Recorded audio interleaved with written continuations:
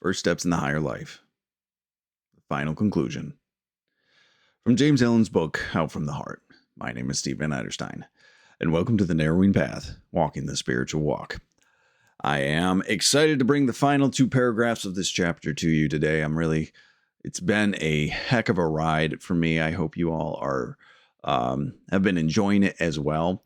This is the final piece of Out from the Heart. The 5th chapter from Out from the Heart. This is the First Steps in the Higher Life that we have read over the past couple of months, and it's been a great experience. Like I said, I've been doing a lot of personal discovery, a lot of the personal inventory as we've gone along the way, just to better apply these steps in my own personal life and actions I needed to take to actually correct this stuff.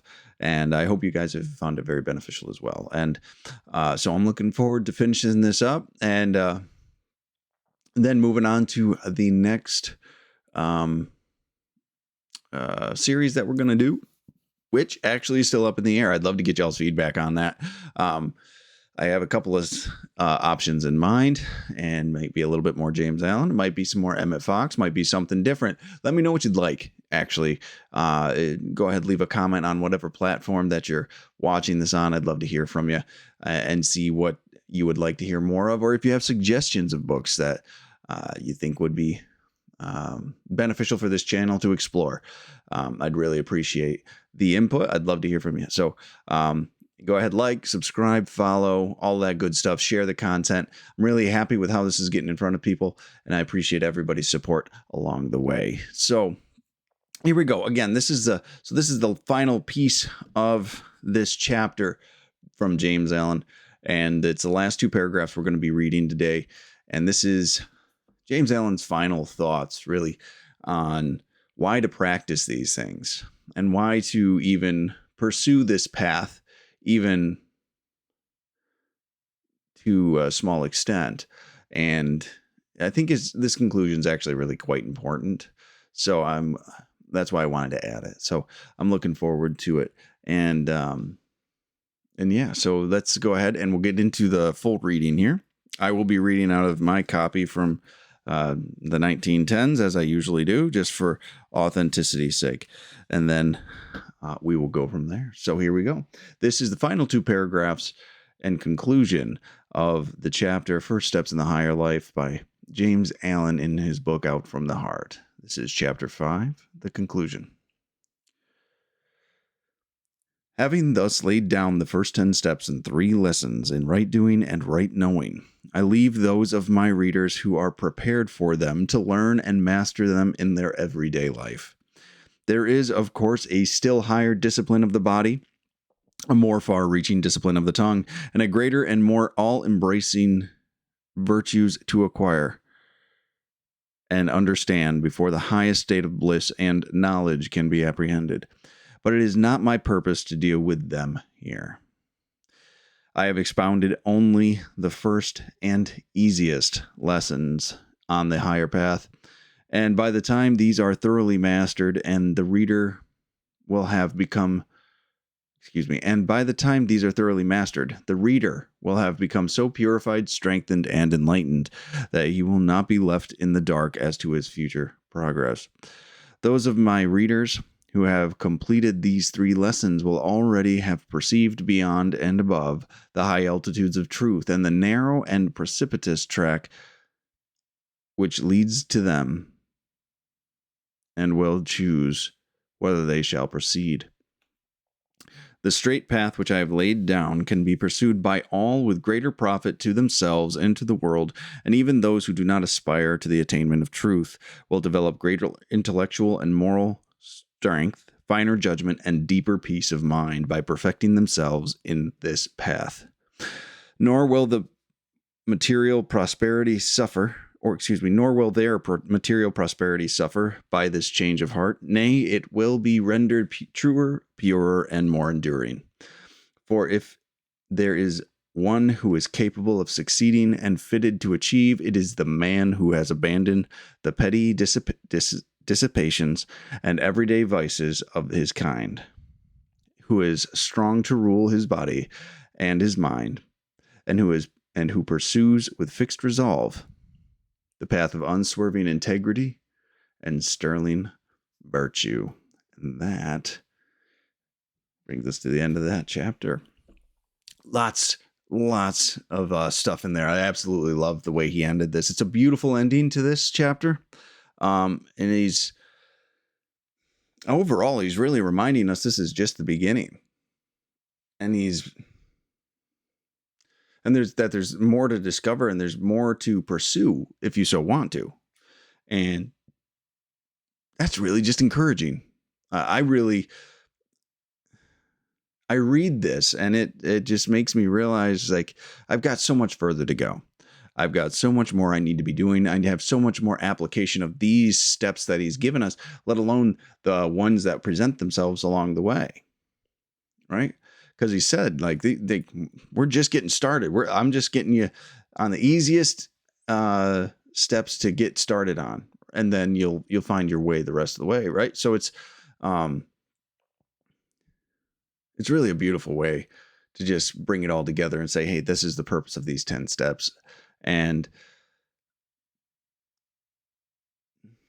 he also said, we'll talk about it more later on, but these steps are for everybody. This isn't, especially for those who are pursuing truth, but for those who aren't sure how dedicated to the path of truth that they are, how dedicated to the path of truth they are,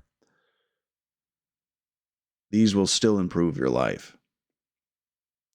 And I think that's a message everybody needs to hear. I think that's something that really needs to be emphasized. And this is like, these will help you become a stronger, better human being for yourself, your family, your community, your country, the world, right? Like, these steps will help anyone and help anyone refine their own character, their behaviors, their way about the world. And I think that's a really important thing to highlight. So let's dig into this line by line.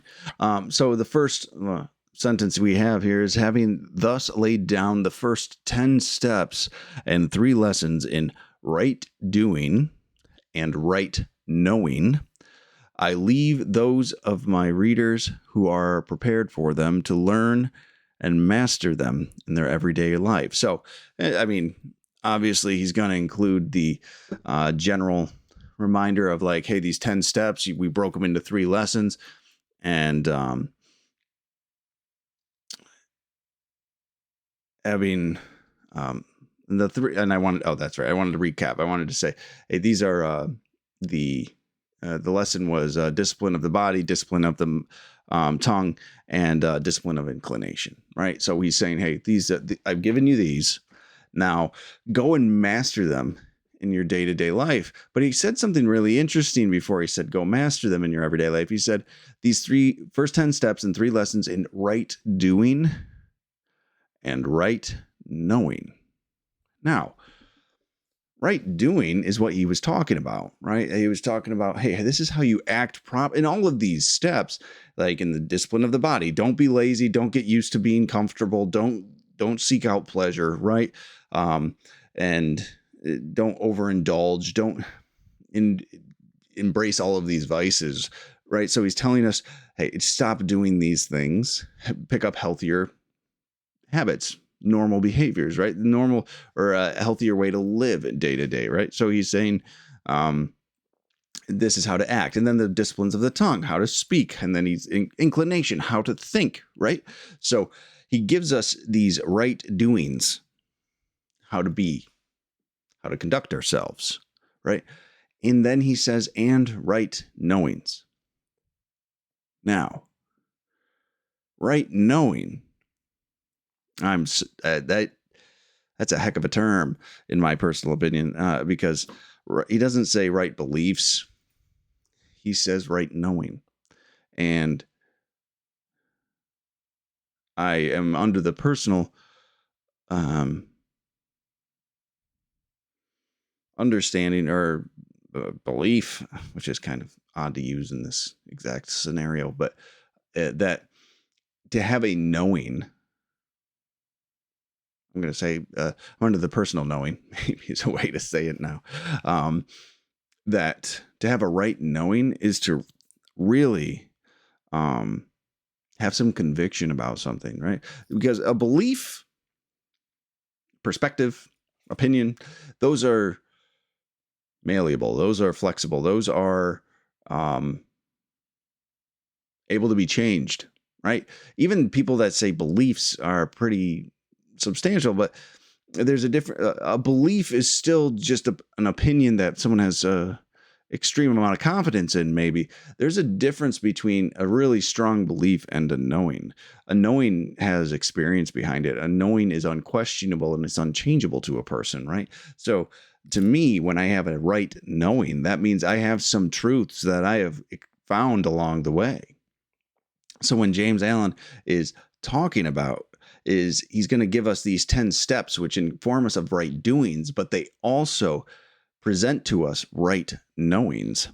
They present to us a right understanding, a right perspective, an experience with truth that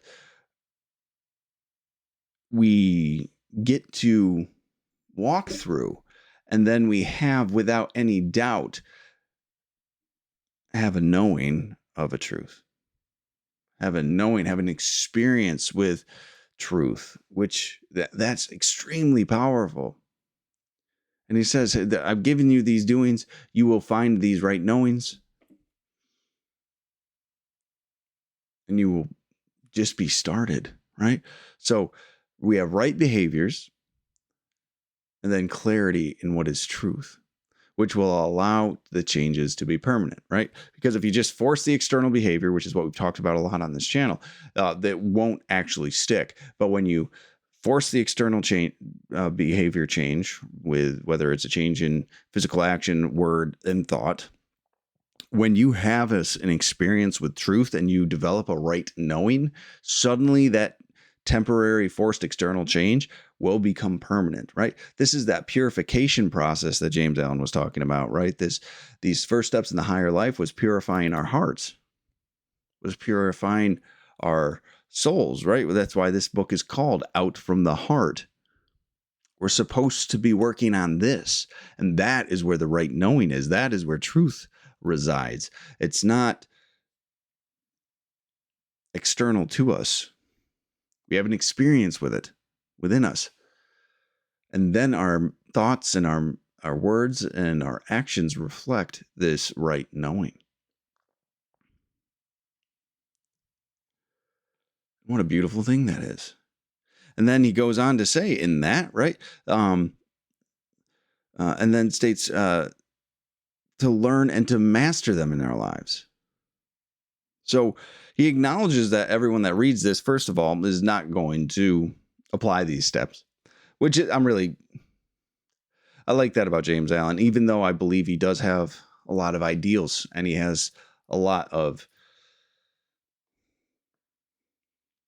desires for people to strive for this ideal, right? Especially in these steps, you can see it come through, but he also understands that not everyone's going to engage with it. He also has a realistic expectation of what's going to be happening, of who's going to actually, that not everybody that comes in contact with these steps are going to actually do these steps. Not everybody that does these steps will continue to apply these steps in all areas of their life, right? So it will be a subset of anyone that comes across this that will actually take this information and try to place it into their everyday life and master it, right? This is a process, and in perfect execution of these steps is the goal. But it's of course going to be a process, and it's going to be progress. We have to constantly be applying these things. We have to constantly be implementing these things. Constant growth, constant change, constant pursuit of truth and knowledge and understanding through the application of these steps. And just these, and again, he said these are just the first ones, right? But we have to apply them in everyday life, everywhere. That means, right? In all areas of life, we have to apply these steps. not just when it's convenient, not just with the people you like, not just with your coworkers, not just with your family, with everybody, anywhere, in any situation, at any time. We're supposed to be practicing these 10 steps that James Allen gave us. And I know it's a tall order, but the more we practice it, the more we implement it, and more we incorporate it into our everyday lives, the more change of our hearts and our minds and our actions we will have. And these gifts, these promises that James Allen constantly is talking about here, will come to fruition for us. But we have to be willing to actually implement these things in everyday life. And then he goes on to say, there is, of course, a still higher discipline of the body, a more far-reaching discipline of the tongue, and a greater and more all-embracing, I always put an A in there, and greater and more all-embracing virtues to acquire and understand before the highest state of bliss and knowledge can be apprehended. So, we've got more work to do. We've got more opportunities to grow. We've got more places that we can improve ourselves. He's saying that the disciplines of the body that he gave us are just the baby steps. He's saying that the disciplines of the tongue that he gave us are just the beginning. And there's way more virtues to actually reach out and grab onto and to actually grow in and manifest and be a part of, right? To allow ourselves to find those and pursue them. We have to start here, but there's so much more in our lives that we need to go and participate in and get to. And I think that's really exciting. Personally, I think that's really an encouraging thing to think about and contemplate. And to be honest with you, I believe that I've come to a point in my spiritual journey, a point in my recovery, my sobriety, in my life, and the practice of these virtues and principles to the best of my ability, that I'm starting to see them. I'm starting to see these other motivations, these other disciplines. And sometimes you don't even realize like that's what's going on. And sometimes I see them and if I'm completely honest with you here, I shy away from them, which I'm not proud to say, because it can be intimidating. It can be overwhelming. Right. And so he says a more disciplined body, a more disciplined tongue, right? Like, what does that look like? What I found is he told us in this, in the first two steps, he said, the first one was about indolence, where we just get comfortable and we seek to be at ease and unchallenged almost, right? We pursue this sense of just contentment, but in an unhealthy way, not contentment, pleasure almost, right? These without actually there's no striving involved with it. Like it's a laziness, and it's a expectation of comfort at all times, right? So, and then he talked about self-indulgence as well, that we shouldn't be overeating, that we shouldn't be overindulging in anything, and we should have a pretty simple diet and a pretty standard sleeping routine, and this, that, the third, right? So he's telling us bad habits to stop. What has been my experience is after you stop those for a while, you start to see more discipline of the body. Means, hey, how am I going to train this body I've been given? How am I going to actually keep it healthy? It's not just stopping bad habits. The further disciplines of the body include the good habits I need to engage in. Am I going to the gym, right? Am I maintaining a healthy diet? Am I maintaining a healthy eating routine? Am I not putting in junk into my body, which I'm not good at. I love brownies, but these are the things we have to do. Like James Allen in these steps kind of brought us to zero. I'll talk about this again later on, but these further disciplines are really the forward momentum, because what James Allen has given us instructions to do is stop going backwards, stop holding ourselves back, stop being chained to all of these selfish worldly indulgences and selfishness. And then when you do that for a while, you realize there's almost a responsibility to move forward, to actually grow and strive for something more, to improve oneself and grow in knowledge and understanding, right? What about discipline of the tongue? What's past just stopping the bad behavior, right? He says, speak with purpose, speak with intention, right? Those were just things to be intentional about, so we didn't do the slander or the gossip or the mean words and the whatever it might be, right? Irreverent speech, right? He's saying just stop those, be intentional with what you say, don't speak when you don't need to be talking, don't have idle conversation, right? So he's given us a bunch of things to stop doing, and he gives us some basic practices, right? But from my personal experience, and one of the reasons that I actually do this podcast is I feel like further discipline is not only just speaking intentionally and not only stopping all those old behaviors, but also being intentional about the message that I'm sharing, to bring these types of lessons from these old authors to the forefront, to say and to share this message, share this information, and say, hey, there's a different way to live. There's a different way to actually go about this whole thing, right? That is a further discipline of the tongue, of my speech, from my own personal experience. It's not just don't do bad things, don't say mean things, don't gossip and slander. It's bring joy, bring spirituality, bring growth, bring freedom, bring happiness, bring all of these positive things with my message as well. It's not just don't do negative, but do good as well, right? Like just with the body, you're supposed to take care of this thing, take care of this temple, as some people might say. And also with your words, will you be using them to bless people or damn people, right? Like, what are you doing with them? Are you lifting up or tearing down, right? That's the further discipline of the tongue, I believe. And then greater and more embracing virtues. Gosh, there's so many. The virtue of service.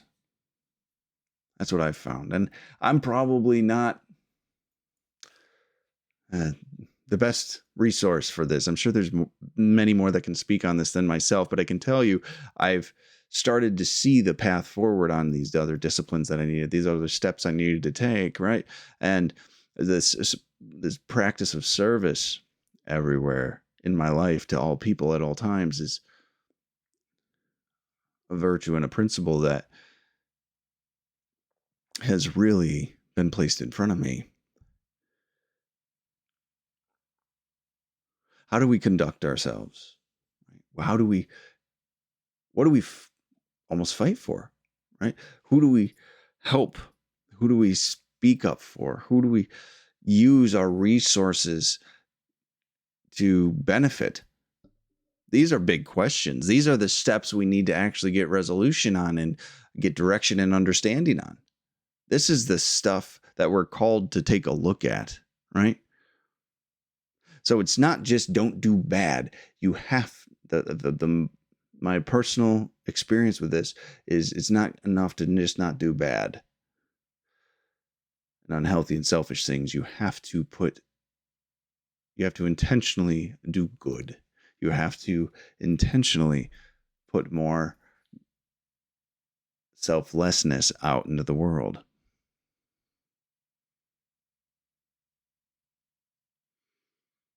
And we're going to find more and more. Like I said, this is just my experience that I'm speaking to with these. But wow, it's been a heck of a ride along the way. And who knows where it's going to take me, So we'll see. But there's more to learn, and that's always encouraging, at least for a guy like me. So it goes on to say, I have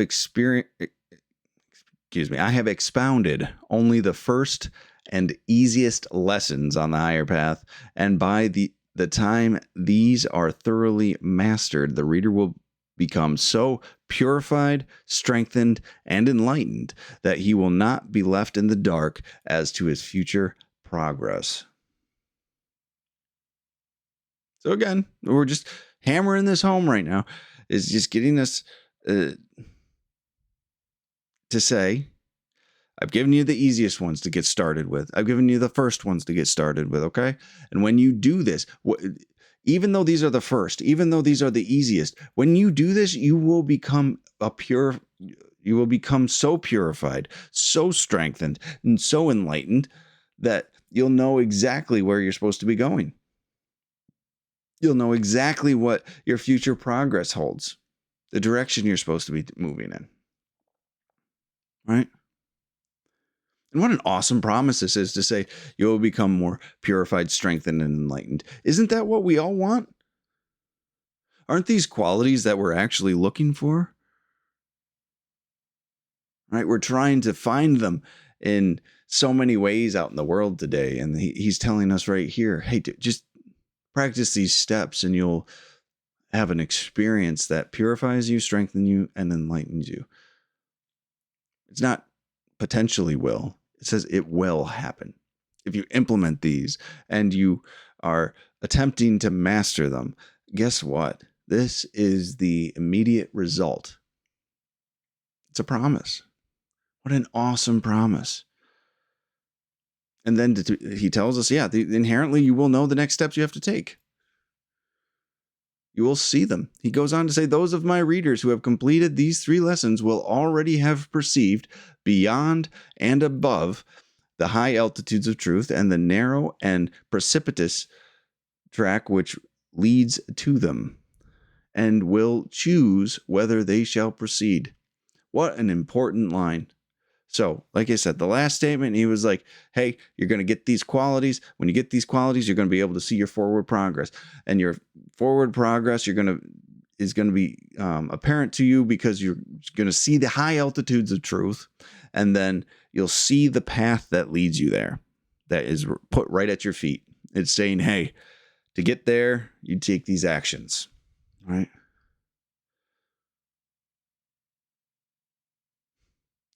When I think about that, it's kind of intimidating, actually. It's such an important line that he added into this.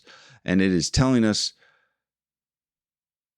that upon the perfection or the process of perfection of these steps, we'll be able to perceive what truth actually is. We'll start to have that right knowing that he talked about. That knowledge of truth that we now are aware of. And that's kind of big. That's pretty huge in the grand scheme of things, isn't it? We'll be able to see it. We'll be able to perceive truth. He even says beyond and above the high altitudes of truth, right? That there's even more past that, right? That more reality, like more depth to this whole thing that we're supposed to be reaching out and embracing.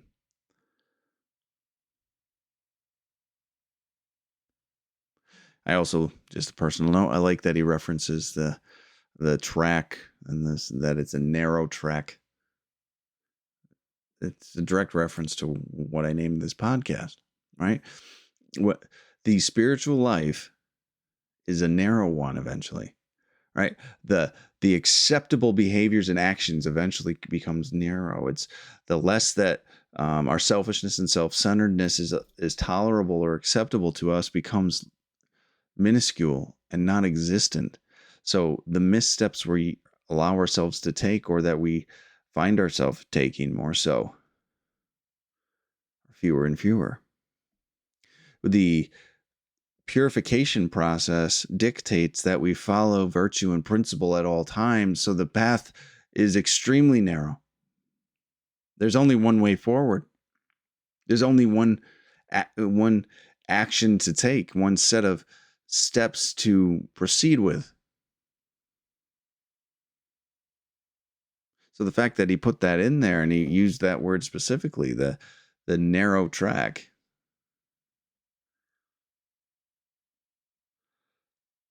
is exactly what we're doing on this podcast. And there's something, this last part of the sentence, and will choose whether they shall proceed. So he's talking about us being placed in a position to see the next steps, the path laid ahead of us, because we've already implemented the steps that he's provided us, the easiest and the first steps. And he says we will then be presented with a choice.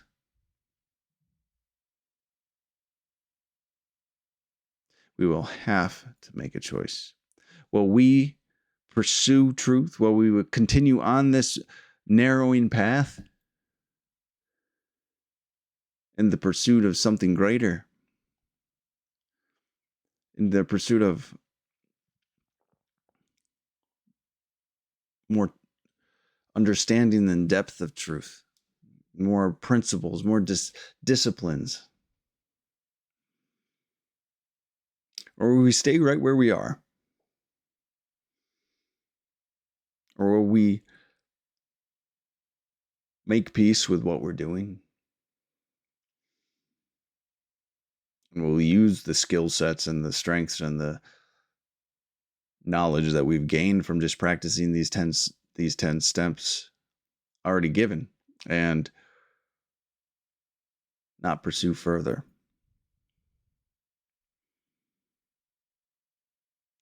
It's a heck of a choice. And my immediate reaction is, yes, why wouldn't you pursue truth? Why wouldn't you continue to move forward? But then I reflect on what I said earlier just in this episode. Sometimes I see my next steps and I falter. I balk at it. I know why people don't want to do that.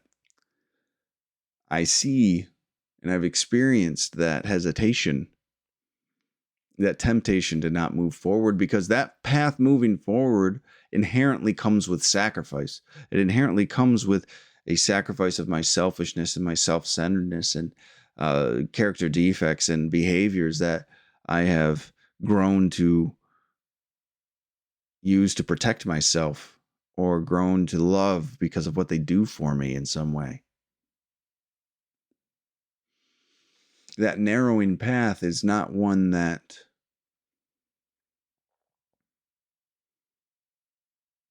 should be ventured down lightly.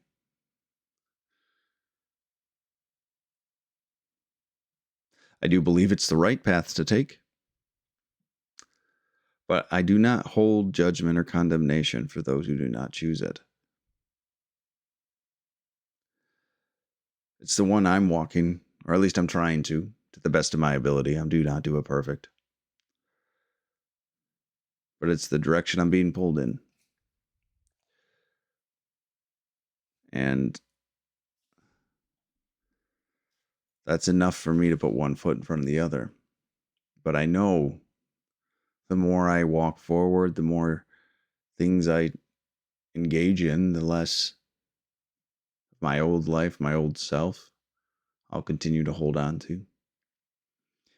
And it is a terrifying thing to knowingly engage in a practice that will inevitably lead to the dissolution of your ego and your previous belief and experience of self.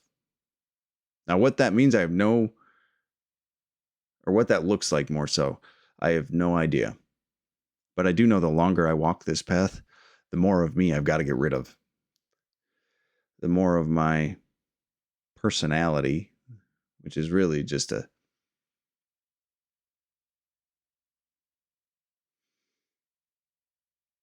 well adapted character defect, most likely, I'll have to let go of.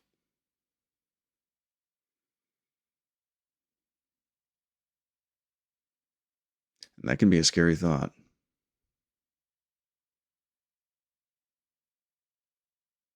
And James Allen even admitted that, or more so understood that many wouldn't want to walk that path, walk towards those truths, those disciplines, to see where it leads them. So he has some feedback or some words for those that might not be as inclined to continue forward past these first 10 steps. And he says the following: the straight path which I have laid down can be pursued by all, which can be pursued by all with greater profit to themselves and the world. And even those who do not aspire to the attainment of truth will develop greater intellectual and moral strength, finer judgment, and a deeper peace of mind by perfecting themselves in this path. So, he's telling us right there that regardless of the decision you make when you get to that turning point of the continued pursuit of more truth, or if you're going to stay right there, you will inevitably develop greater intellectual and moral strength. That's a heck of a thing to say right there.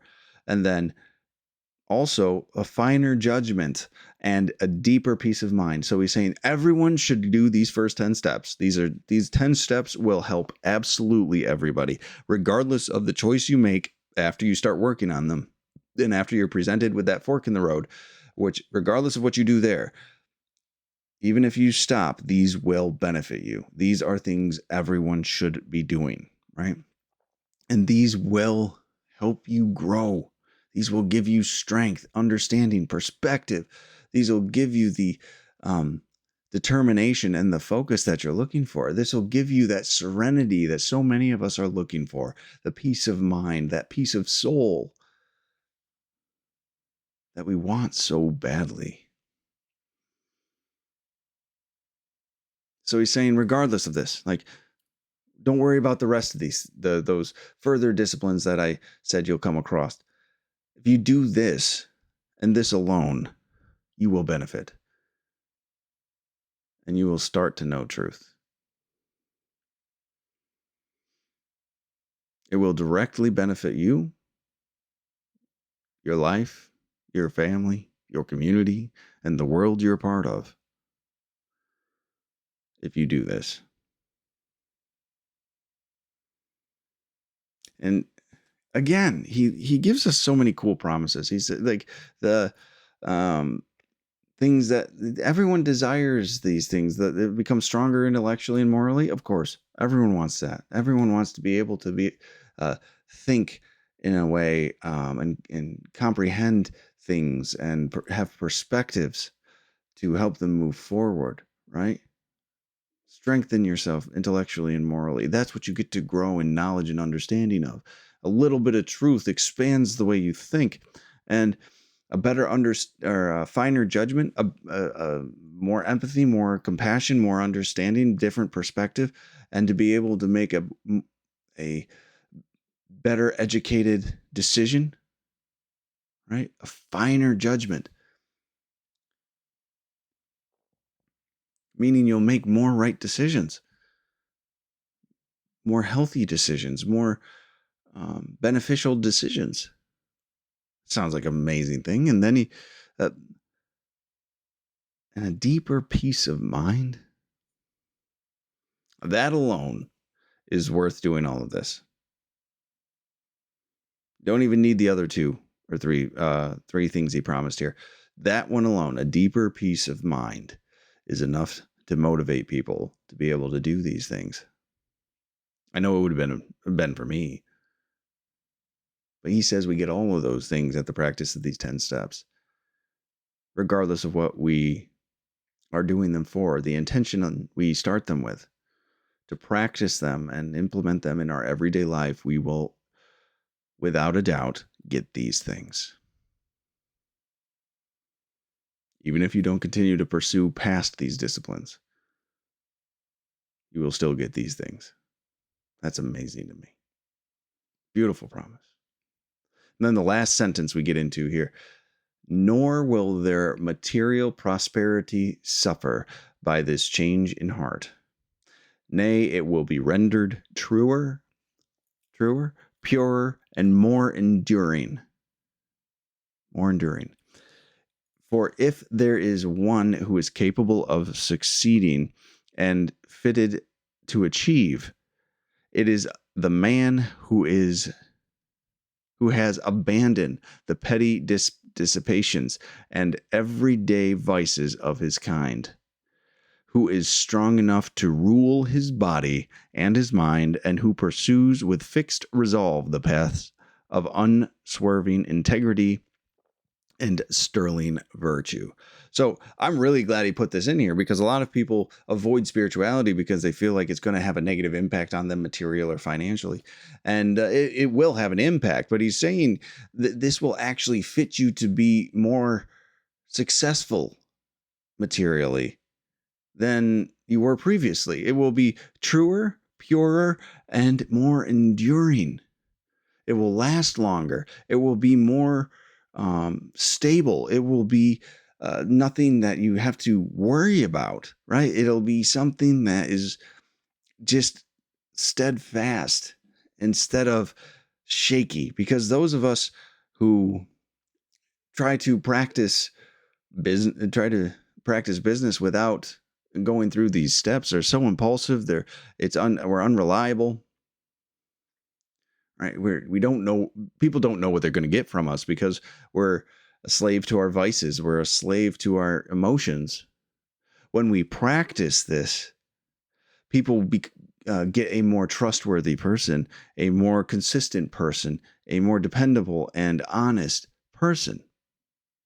And those are the people that get more business reoccurringly, more stability in their conduct and their interactions and their relationships. These are the people that will get repeatedly called on for their services because they know what is being provided. The customers know what's being provided. The business partners know what's being provided. Everyone knows how you're going to show up and the quality of what you do. Doing these things and pursuing unswerving integrity in all of your business deals and all of your material interactions, and pursuing sterling virtue will have an impact, and it will reflect on what you're doing. Will it change things? Yes. But eventually, you will be in a much better spot because you have done this than you were before. And that is amazing. And so I love that he put it in here, because a lot of people have that concern. And he's saying here, hey, regardless of if you continue to practice these steps or not, or if you continue to pursue past these steps more so or not, you'll benefit in a lot of ways for your personal self and your character, and also in your life. The material world around you will benefit. You will become truer, purer, and more enduring. Isn't that what we want? That fear of material insecurity to leave, to have an enduring material life, that we're not material prosperity. He says specifically, actually, can result from practicing this stuff, because it changes our character and who we are fundamentally when we stop all of these bad behaviors. Self-control and emotional levelness are key for success, and these steps will give you that, regardless of further pursuit. So please just remember that as you go through on your own spiritual journey. So I do want to say these last two paragraphs,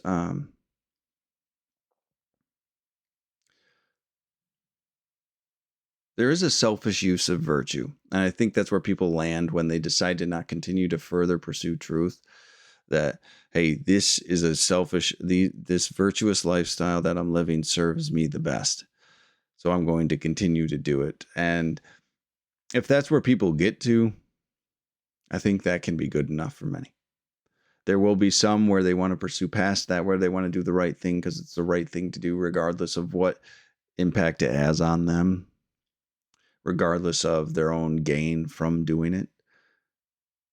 That is an ideal that I believe we need to strive for. If you are in that, if you make that decision to continue to pursue truth. But a lot of people will just stop at the selfish use of virtue and principle. And when you stop pursuing the truth, then you just stay right there after working these 10 steps. You find that that's what's being done. And to pursue truth is encouraging of more selflessness. Now, again, I don't hold condemnation or judgment against those who have not tried to continue past it, to be honest with you. And I think if people are practicing these virtues, even with a selfish motive, that is better than not practicing them at all. So, but it's something to keep in mind